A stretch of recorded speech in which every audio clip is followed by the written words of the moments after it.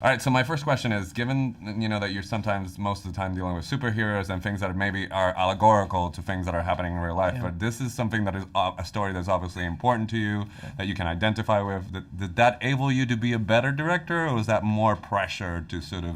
Did that get in the way at one point or another? No, I think that in some way, interestingly enough, the superhero stuff prepared me because it's such a heightened world, but you're always trying to find ways to ground it in reality and make it more emotional.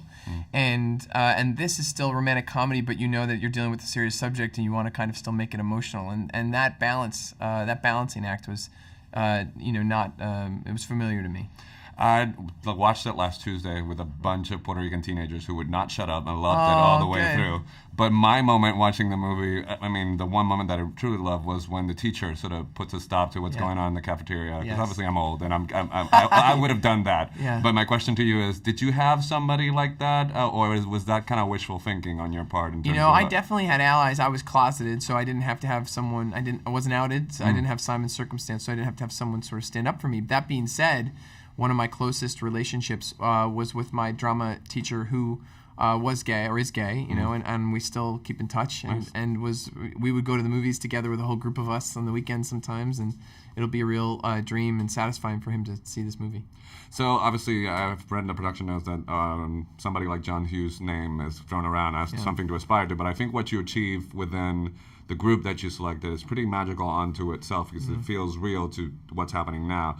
Rehearsals, no rehearsals, casting. How did that alchemy happen for you with your cast? We did chemistry reads at the audition, because you can have two independently great actors, and if they don't have that connection and that electricity, even as friends, I think the movie can be a little lacking. And then I wanted a rehearsal period too, so I made them all sign up for 10 full days of rehearsal, especially the kids, because the more they're hanging out and leaning on each other and talking to each other and having catchphrases, there were times when we shot the movie that I would say cut and have told the camera operator to keep rolling.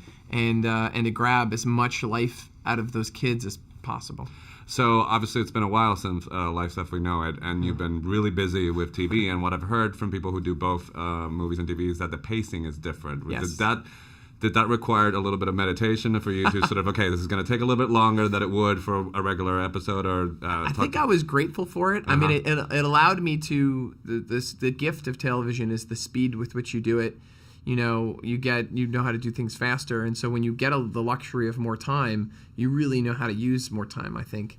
We finished shooting a few days early because we were still so quick that I used all the money of the savings from that for the soundtrack. Oh, nice. And that was and it's got a great soundtrack. And one of the ways we could afford that was by actually shooting a little quicker. Okay, cool. So I do a podcast with a bunch of people who are fanatics of your Arrowverse. So if I don't ask a question about that, my head will be handed on a platter. So they want to know if there's a possibility of doing more than one crossover a year, or if the Arrowverse is going to keep expanding. Or I think what I call the sort of, there's always little mini crossovers. The super crossover, I think if I tried to do more than one of those a year, I'd get a revolt. I would have mutiny on my hands from everybody. They're really hard to pull off, and I always love that people appreciate them, but they're the hardest thing we have to do all year in television. So as a kid, movies saved my life, but they were pretty much an escape of what was going on with me. So I don't know if that was the same for you growing up, but now we realize the value of them being a mirror for people who may be going through the same thing as Simon, or maybe one of the other friends. Did you think about that while making this movie? Absolutely. I mean, I think I still like stuff though that kind of obviously has a happy ending and is optimistic and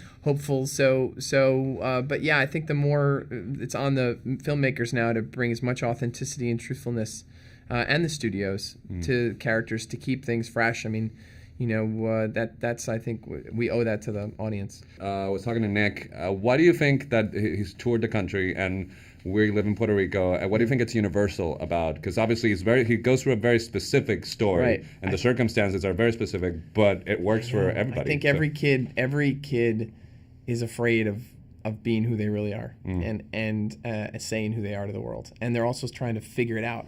And I think right now it's more pronounced than ever because the social media aspect of it that's like a whole other layer. Like it's a part-time job for them to figure out like who am I going to present myself as on that, let alone in a high school hallway. And so I think they identify with that, and I think those of us that are older still identify with the power of a character finding their voice and learning to declare themselves. Well, you did a fantastic job. Thank you very much, Juan.